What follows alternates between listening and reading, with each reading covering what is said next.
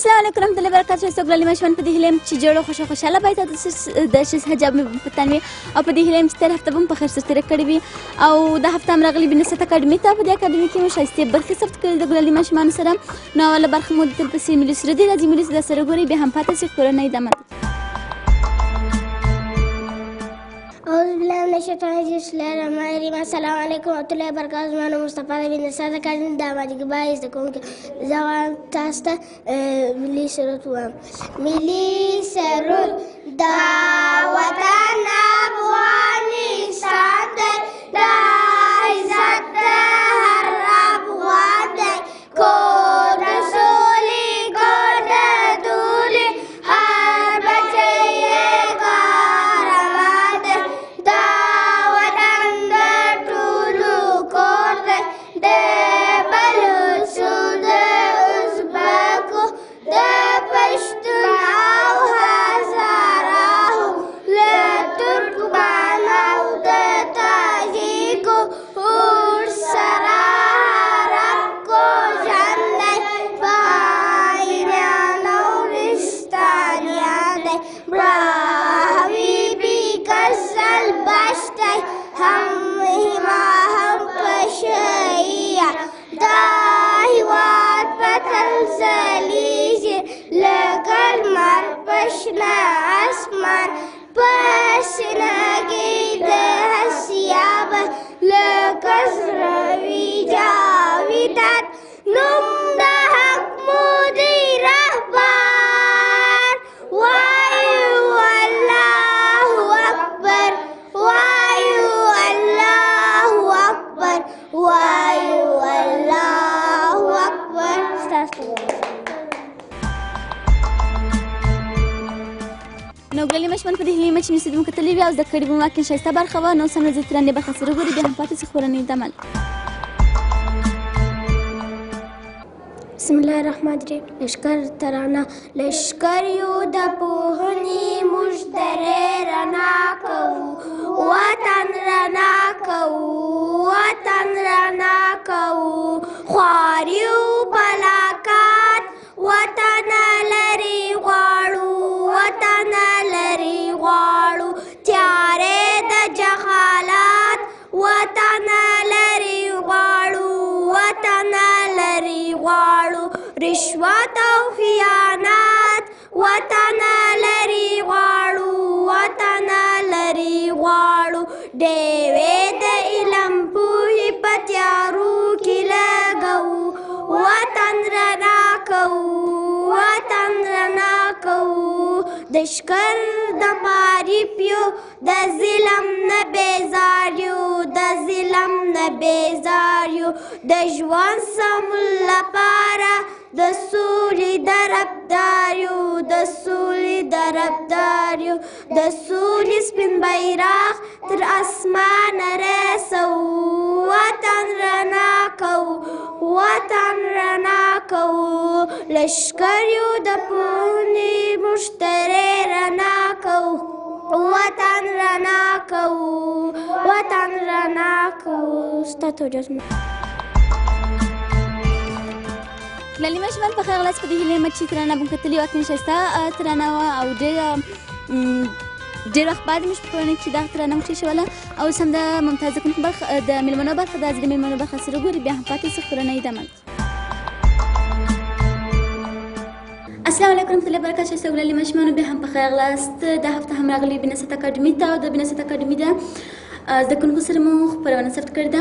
نو لاړ به سو دې سره به خبرې وکړو چې دوی څنګه دي او تېره هفته یې څنګه تېره کړله. نو چا سره به اول خبرې وکړو؟ چا سره به خبرې وکړو؟ ستا سره وکړو. السلام علیکم. وعلیکم السلام. څنګه یې؟ ښه یم. ته څنګه یې؟ ښه یم. نو ته ماته وایه نوم څه شي دی؟ رابعه. نو رابعه جان په کوم صنف کې؟ په شپږم. ډېر ښه. په شپږم صنف کې دې کوم مضمون خوښېږي؟ ټول مې خوښېږي. ټول دې خوښېږي. کوم مضمون چې یو څه سخت دی؟ ریاضي. او ریاضي خو سخته وه. نو په ریاضي کې په څه شي کې مشکل لرې؟ په ټوله ریاضي کې مشکل لري. ښه. نو ته اوس ماته وایه چې په صنف کې څوم نمره یې؟ په صنف کې اتم نمره. آفرین. او خپرونې دې اوس راوړي دي؟ مقاله. ډېر ښه. مقالات وایه. چې شاړ بنده د سول اول فکر کوم دا وای بیا ته وای نو خو دې ولې نه ته وای ښه نو ولاړ په دې سره به موږ لري ماشومان خبرې وکړو د دې مقاله چې دی پرې ووایي بیا بله وایم په دې خاطر نو السلام علیکم علیکم څنګه یې شیم تاسو څنګه یاست مننه ښه یم نو ته ماته وایي چې نوم څه شي دي زما نوم نجیبه ښه نو نجیبه جانې په څوم صنف کې شپږم ډېر ښه په شپږم صنف کې څوم نمره یې پنځم ډېر ښه او په مضمونو کې کوم مضمون خوښېږي انګلیش انګلیسي دې خوښېږي او کوم مضمون دې ستا نه خوښېږي ریاضي او ریاضي یو څه سخته ده کني ښایسته مضمون دی نو ته ماته وایې چې خپرونې ته تا هم مقاله راوړې ده بله د څه شی اړوند ده د سولې مهرباني زړه مې ډک دی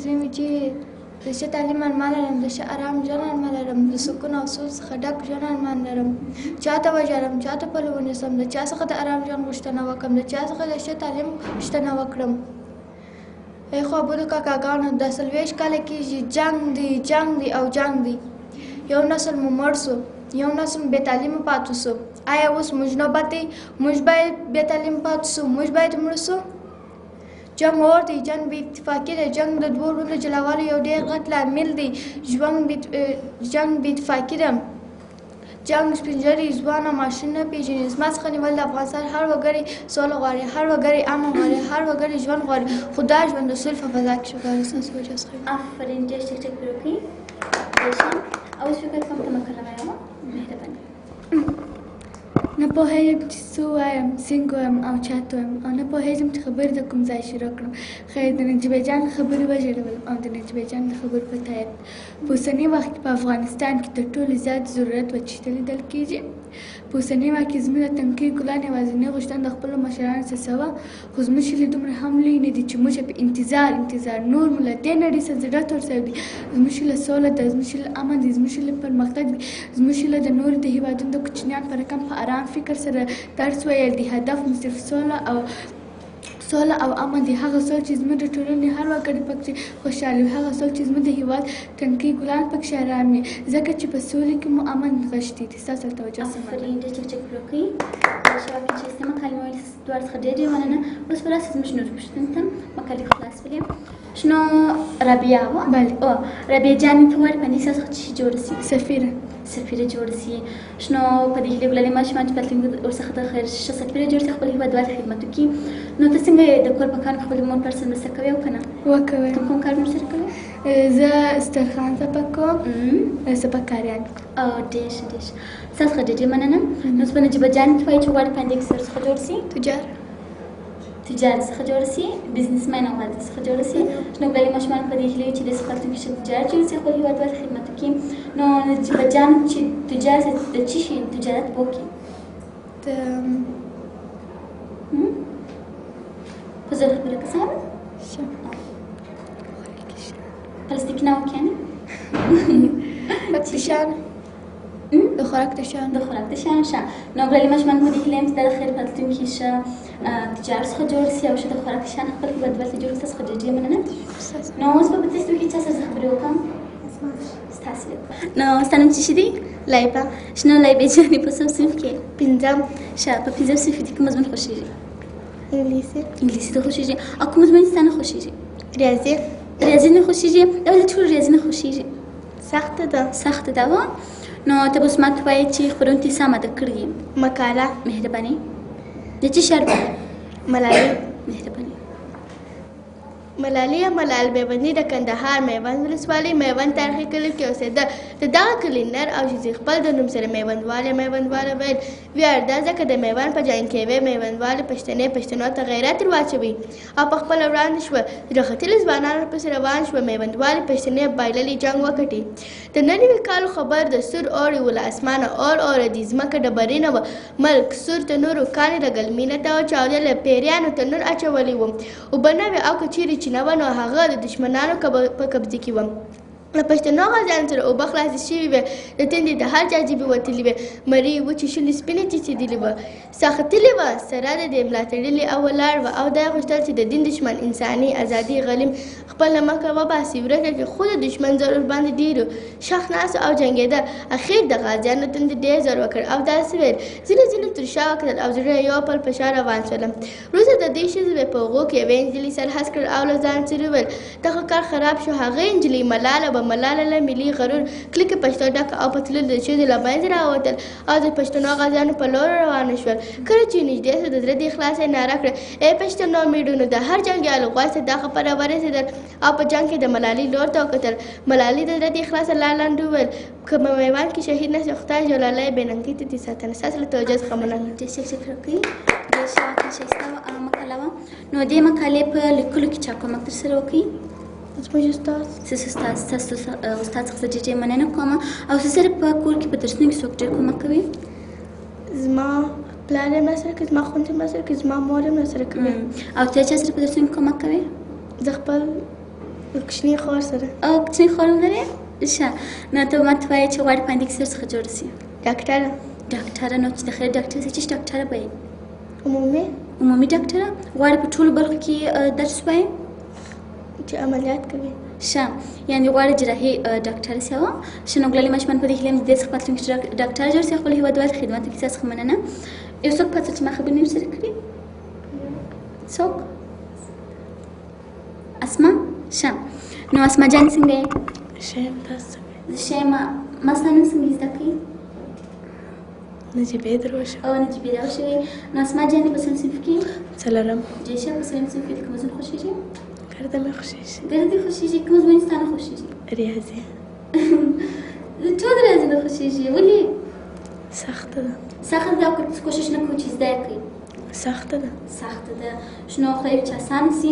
نو ته به اوس ماته وایې چې خپرونې ته څه راوړي؟ د معلم په باره کې مقاله. مهرباني. مقاله به راته وایې. کیمرې ته دې ورسوم.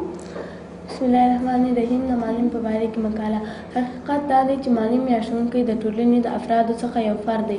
د معلم په زیار او کوشش باندې په ټولنه کې د عدل، مساوات او ورورګلوۍ فضا منځته راځي او هر ډول تعصب له منځه ځي. د جهل او ناپوهۍ پر ځای پوهه، د تورتم پر ځای رڼا ځای نیسي او بالاخره د معلم د زیاتو هڅو په نتیجه کې یوه سالمه او مترقي ټولنه تشکیلیږي چې په دې صورت بیا ټول وګړي د یو خوشحاله او ارامه ژوند خاوندان کیږي. او په کومه ټولنه کې چې د علم ډیوه مړه وي او خلک د معلم قدر او مقام نه پیژني، نو بیا د تباهۍ، بربادۍ او هلاکت پرته بله کومه ثمره په لاس نه ورځي. وحشت، ظلم او زیاتي عامېږي، ان تر دې چې انساني کرامات هم تر پښو لاندې کیږي. د اسلام په سپېڅلي دین کې د معلم مقام او مرتبه ډیره اوچته ده، ځکه پیغمبر علیه الصلاة والسلام خپله د یو معلم په صفت دې دنیا ته راستول شوی و. او همداشان الله جل جلاله خپل علم ورکوونکی دی، لکه چې په سورة الرحمن کې وایي الرحمن علم القرآن خلق الانسان علمه البیان. یعنی الله جل جلاله انسان پیدا کړ او بیا د نور ټولو نعمتونو او احساناتو ترڅنګ ډېر لوی او ستر نعمت دا دی چې هغه ته یې قرآن کریم غوندې کتاب لارښوونه وکړه. او په سورة العلق کې فرمایي الذي علم بالقلم علم الانسان ما لم يعلم. یعنی الله جل جلاله هغه ذات دی چې ښودلی دی خط انسان ته په قلم سره او د هغه څه ښودنه یې ورته کړې ده چې دی نه پرې پوهېدی. حضرت محمد صلی الله علیه وسلم خپله د یو معلم په صفت دې دنیا ته راستول شوی و تر څو خپل امت ته د نجات او کامیابۍ لاره وښیي، د تباهۍ او بربادۍ څخه وساتي.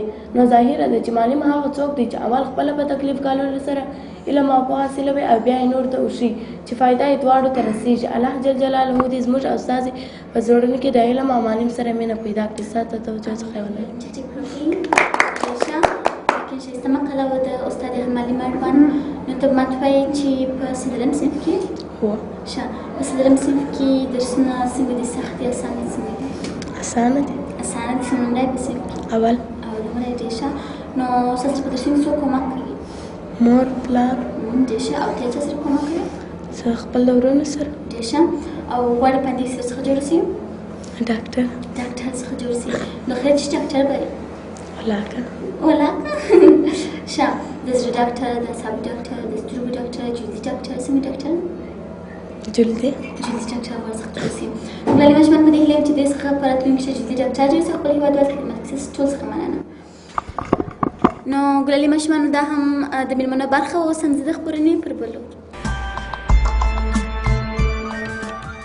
او ګلالۍ ماشومان په دې هیله یم چې د مېلمنو برخه مو کتلې وي. واقعا ډېر لایقه او باسېده ده. زده کوونکي وه. اوس هم د ممتاز زده کوونکو برخه ده.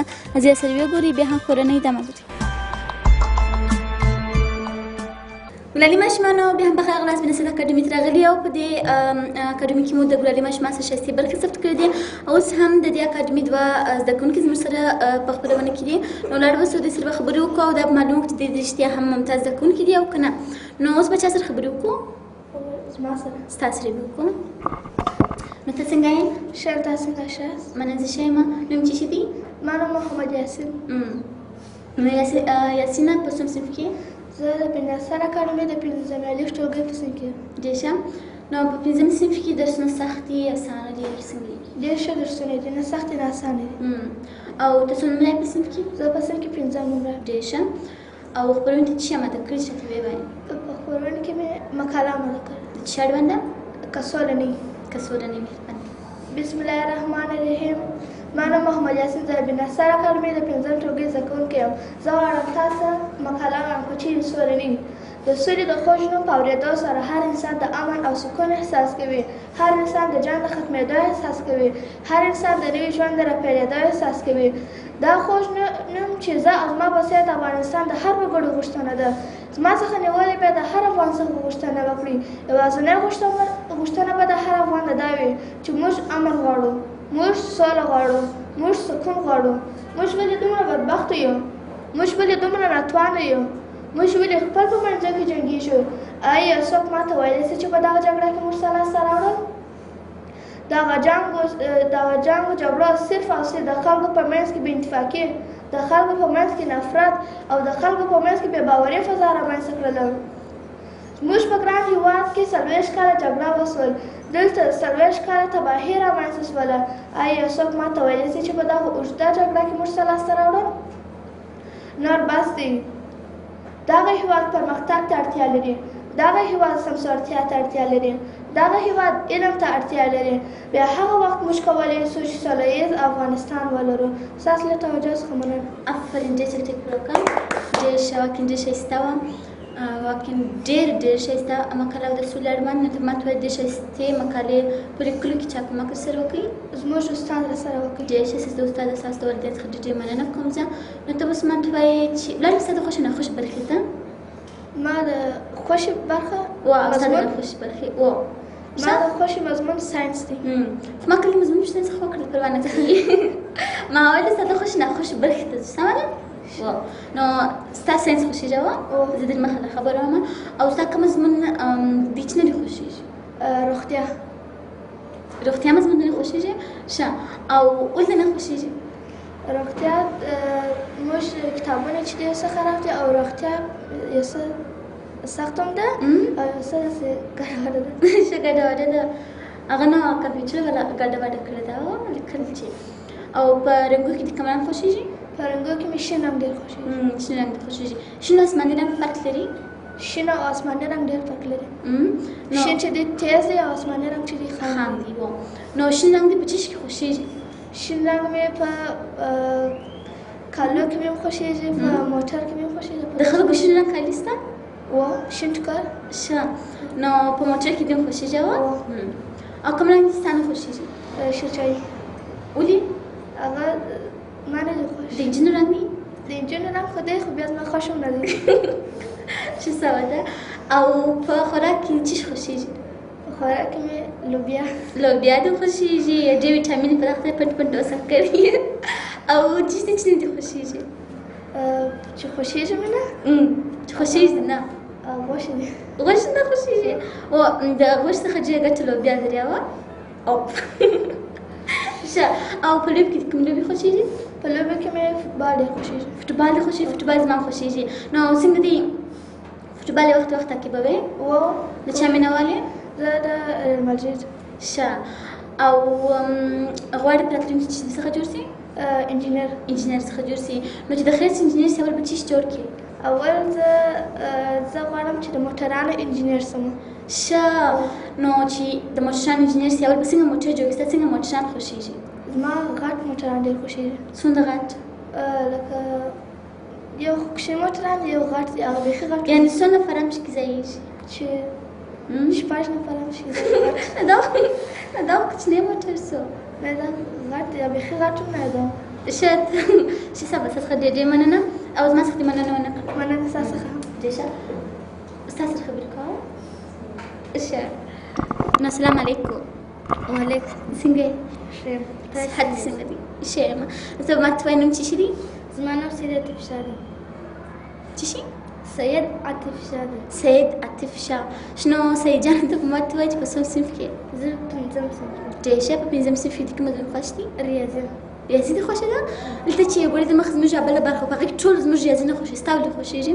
نو ریاضي اسانه ده. اسانه ده؟ ښه ډېر ښه. ښایسته مضمون دی او کوم مضمون دې ستا نه دي خوښ؟ ټول مضمون. ټول مضمون دې خوښ دي. څه نمره یې په صنف کې؟ اول نمره. ډېر ښه. او اوس په خپرونو کې څه ته وایې؟ مقالات. د څه شي اړوند؟ د مور. مهرباني. مور بسم الله الرحمن الرحیم. مور پاکه او مقدس کلمه ده چې په اورېدو سره انسان ته سکون او آرام بخښل کېږي. مور د رحمت څلی د هیلو چنار د ژوند تکیه د مینې تلوسه او د سکون وږمه ده. مور هغه شمع ده چې ځان سوځي چې موږ د خپلې کورنۍ په زړه نه کوي. مور د ژوند په کتاب کې تر ټولو ښکلې ورکه او د ژوند تر ټولو لوی نعمت دی. مور د الله جل جلاله هغه ډالۍ چې په شتون کې یې نه بنا سترګې بنا او په نه شتون کې یې بنا سترګې نه بنا سي. هر څومره کلیس مګر که مور لاس وشکر ورکېږي. دا کلمه مې هېڅکله نه هېرېږي. مور ته ویل په جنت ستا دې مې ولید تر پښو لاندې کړ دې ولید په لاسو کې مې دي. مور مې راته ویل جنت مې ځکه پر ځمکه کېږدي چې ستا په غېږ کې انسان بس یوه مور ده چې په نړۍ کې ژبه خوشحاله کېږي. زما مور زما جنت دی. زه بغیر له مور ژوند نشم کولی. مور خو به هیله به دا چې ورځ وګورې ماشومان لویل سوي او ورتلل سوي. مور جان په کومه ژبه درته چې مې درسره ستاسو د توجه څخه ډېر ښه تشکر وکړه. ډېر ښه. داسې وخت راغلی ستا په ناپامي کې یو چا ته د مور نوم د خولې څخه دې راوتلی؟ نه دې څه وایي؟ ښه. یو وخت زموږ د بیولوژي ساعت نو زما پام نه و. غوښتم چې استاد ته وایم استاده مور هغې شاوخوا کتلی دا بیا کابل لور ده. ښه نو ته ما ته وایې چې درسونه سخت دي اسانه دي څنګه دي؟ اسانه دي. اسانه دي. ښه نو تا نه ویل ته څو نمره یې په صنف کې؟ اول نمره. ډېر ښه. او اوس ولاړ ستا ته خوښ نه خوښي بلکې سمه ده؟ نو ستا په رنګ کوم رنګ خوښېږي؟ شین رنګ. شین رنګ دې خوښېږي؟ ښه. شین رنګ دې په څه شي کې خوښېږي؟ په موټرانو. په موټرانو کې دې خوښېږي. او کوم رنګ دې چې ستا نه خوښېږي؟ هېڅ رنګ نه ده. ټول رنګونه. ټول رنګونه دې خوښېږي؟ ملټۍ رنګ څنګه دی؟ ملټۍ رنګ هغه هم ښایسته دی. زرغون هغه ښایسته دی. ټوله ښایسته دی. ښه. او په خوړو کې دې څه شي خوښېږي؟ خوړو کې مې ککوان. ککوان دې خوښېږي؟ ښه ډېر ښه. هغه نه ښه یم. په ډوډۍ کې څه شي خوښېږي؟ په ډوډۍ کې بهنډۍ. بهنډۍ دې خوښېږي. او څه شي سره خوښېږي؟ مرچک مې ما په ډوډۍ کې ورڅخه وپوښتل پرې ککوان خوښېږي یا مرچک مې نه خوښېږي؟